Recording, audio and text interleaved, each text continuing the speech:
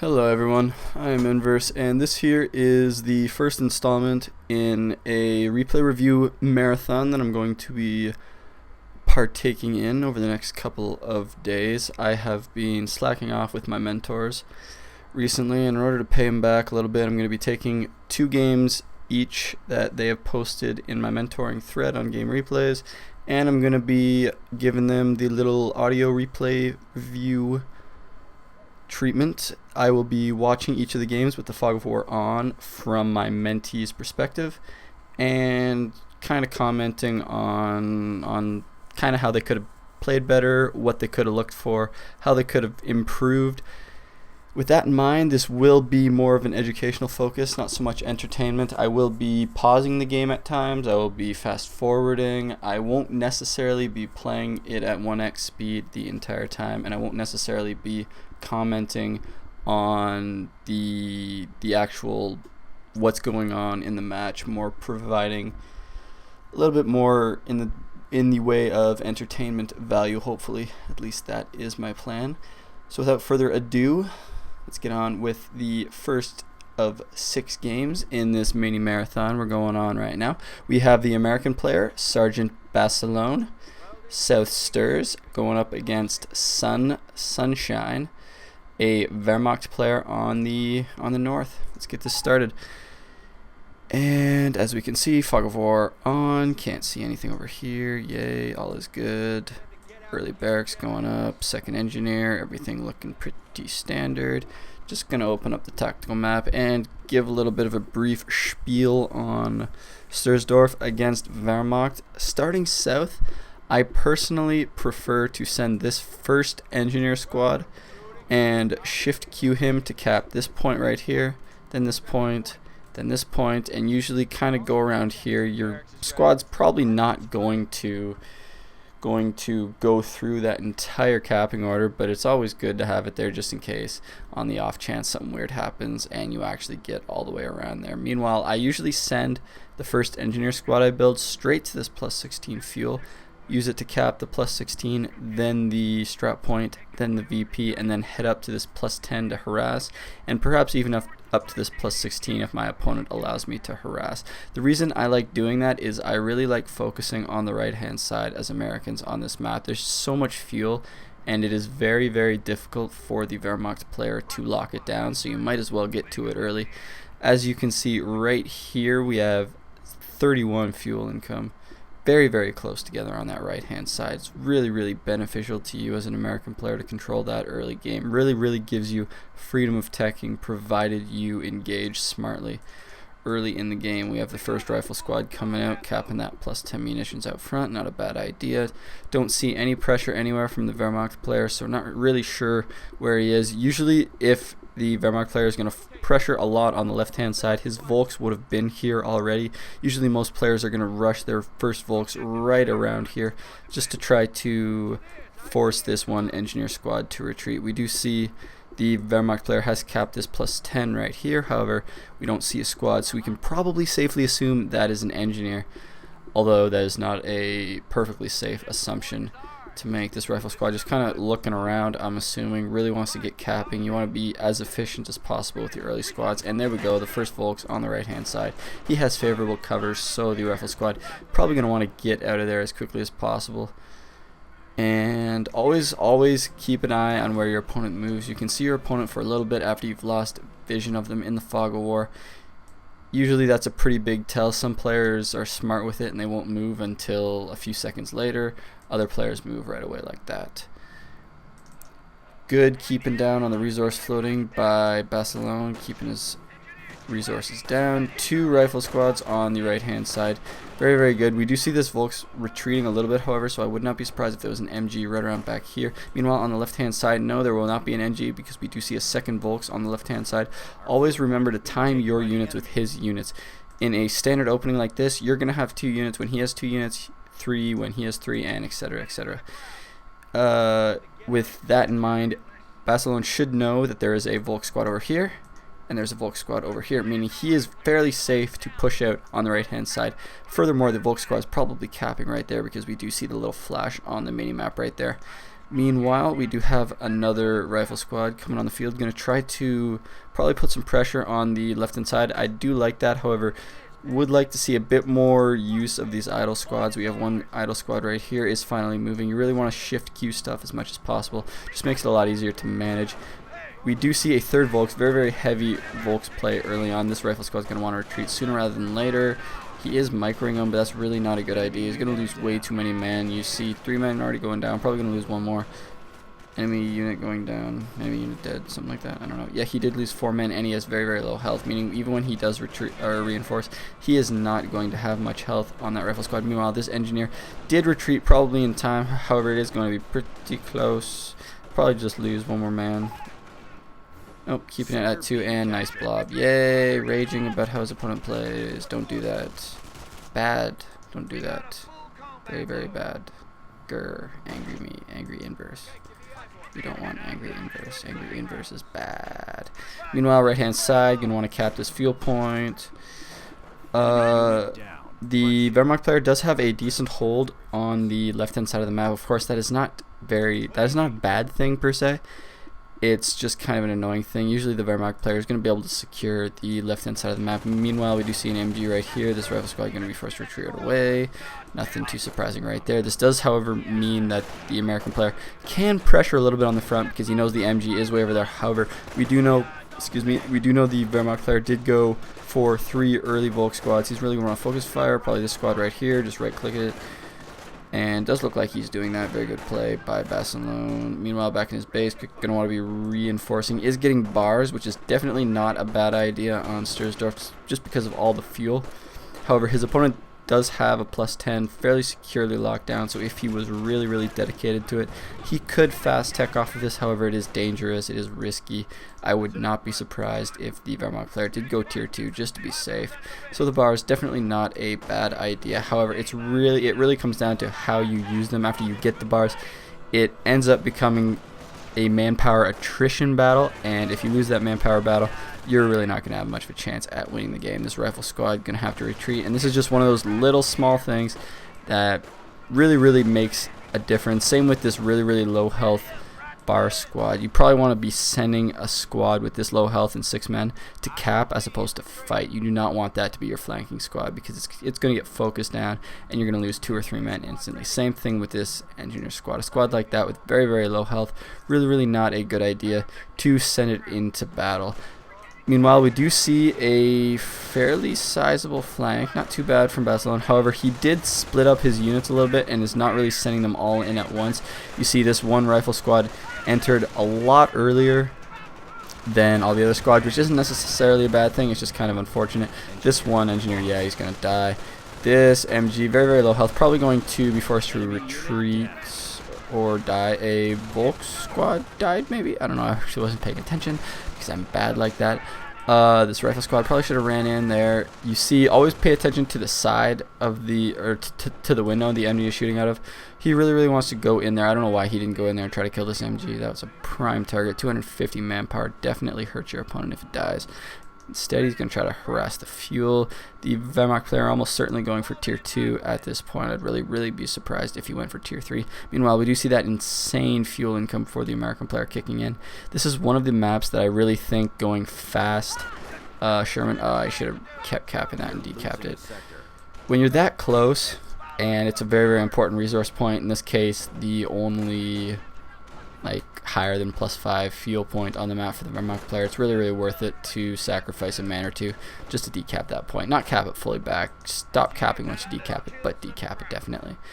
Probably gonna want to triage center very soon. However, getting a second engineer since the one engineer did die. Going to want to see a bit more tech from Basilone very soon. He's been a little slow, I'd say, this game. Probably gonna want to build something with this squad. I'd say a supply yard and then perhaps a triage center. Getting that earlier supply yard just makes you a lot safer. We do, however, see tier 2, so we do know that there is not going to really be the threat of tier 3 anytime soon. With that being the case, I would really pull back, get a triage center up, heal up your men, and play it a lot more slowly than Basilone's playing it right now. It's kind of a common misconception. I'm going to pause the game right now. It's a little bit of a common misconception with American play is that you have to constantly be aggressive, and I'd say that was probably the fact or the truth, and it was kind of the proper way to play in previous patches in 2.301 and to a lesser extent in 2.601, although it was definitely still very viable and very, very necessary to apply a lot of pressure to a Wehrmacht player early game just because you could. It's a lot more difficult in 2.602 simply because the Volks cost less to reinforce, MGs are cheaper and they set up and pack up quicker, meaning they're a lot more mobile, a lot more useful, and a lot easier to micro for good players. And early game rifles and engineers didn't really get many buffs. I mean, the engineer does get suppressed less easily, but I mean, that's not that big of a deal. I mean, it doesn't get suppressed by Volks anymore, which definitely helps. However, like, this kind of a battle, look at these low health squads. He's going to lose a ton of manpower up here. This squad probably not going to do much. There's a gunner in this half track. That's not going to make things very easy either. This squad over here is fairly far away. However, he is probably going to flank.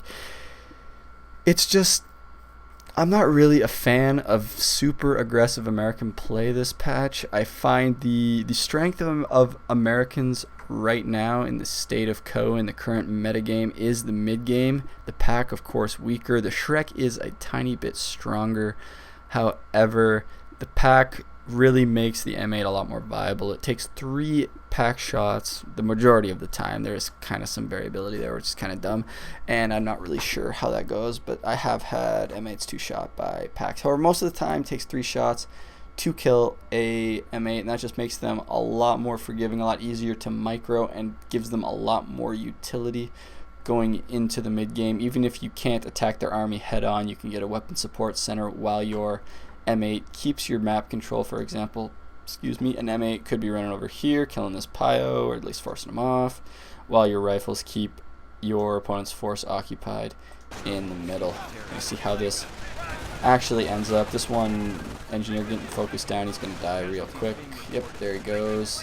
Rifle squad actually not going too poorly for Barcelona right now. This one rifle squad on the left hand side really needed to get into the action a little bit quicker.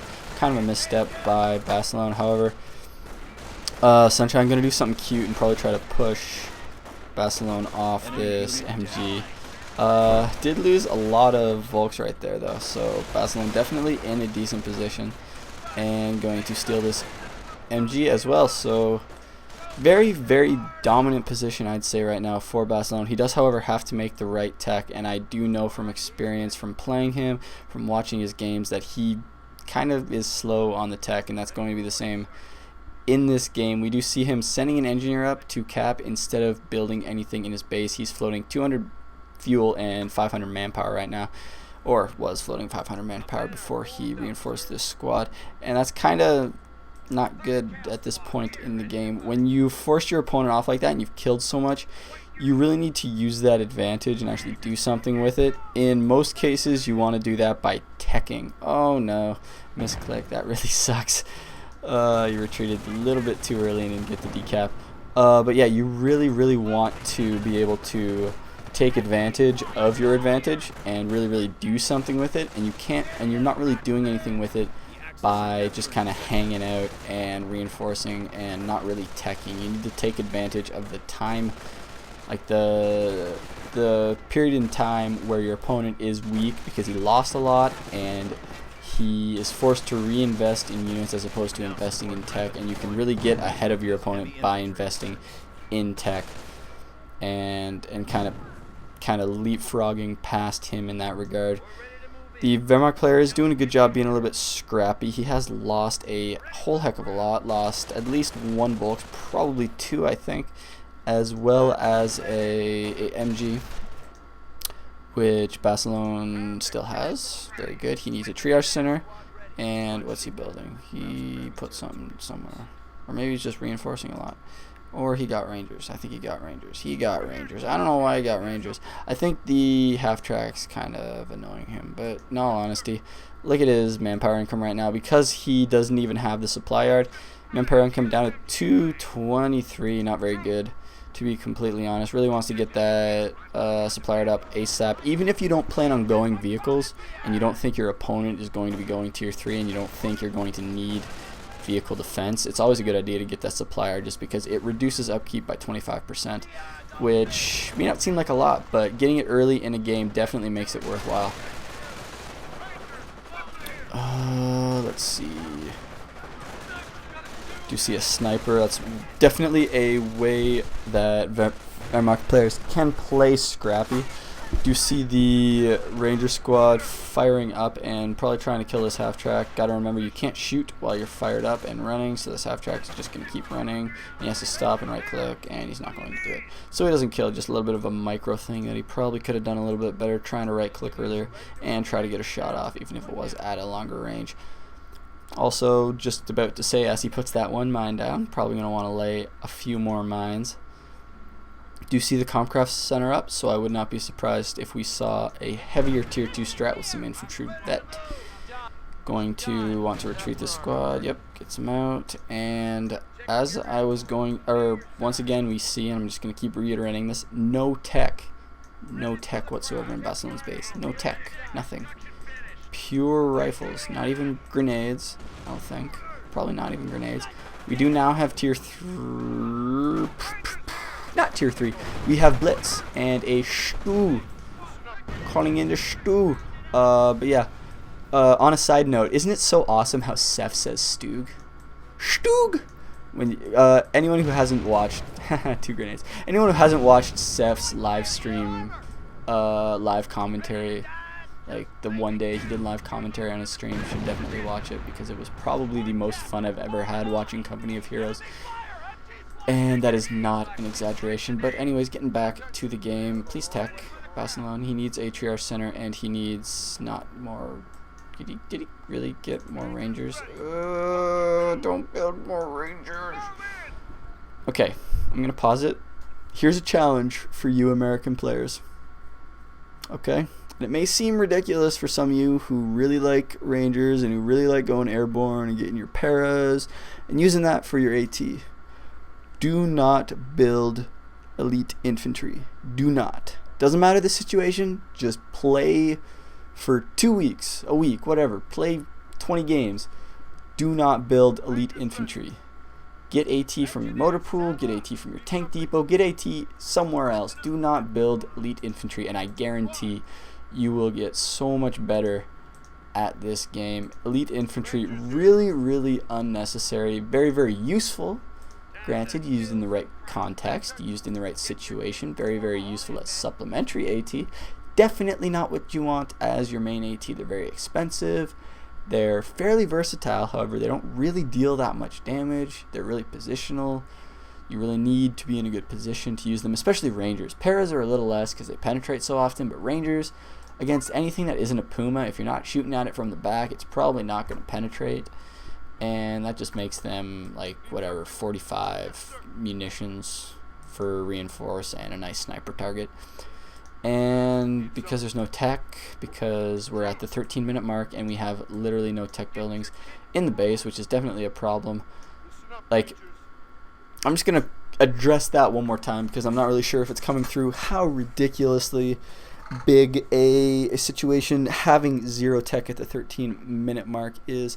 Early bars come after 4 rifles. The moment you can afford it while reinforcing and while fighting properly, so the moment you have a full army and you have 100 manpower and 50 fuel in the bank, you should be putting that supply yard up. It'll pay for itself in no time at all, especially in medium to long games.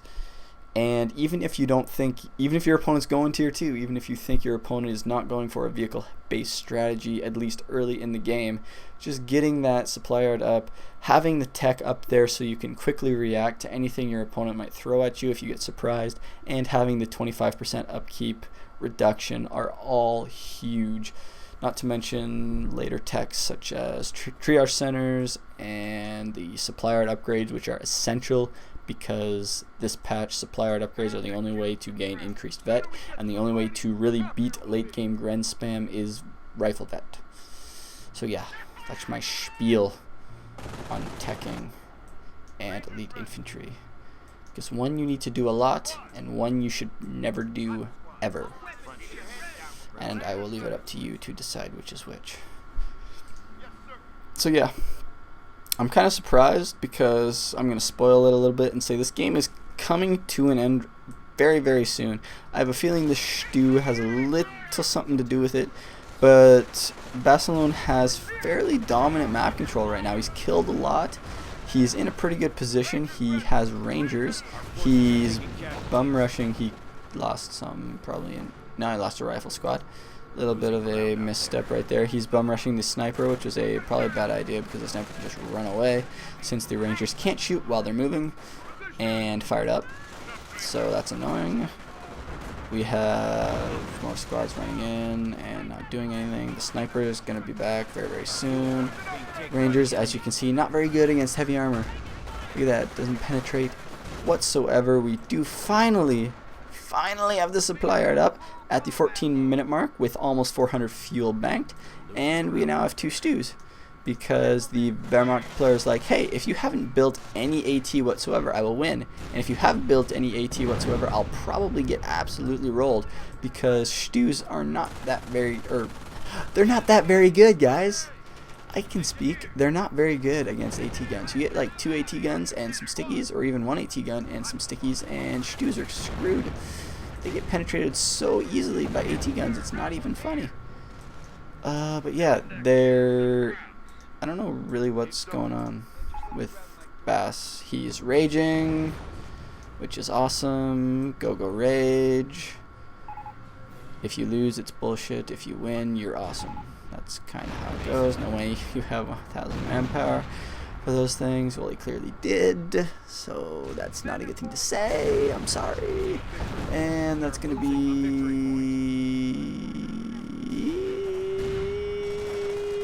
Bam. Come on. Come on. Come on. I'm waiting for it. Waiting for it. Waiting for it. This is really... I've been reduced to waiting for the playback over screen.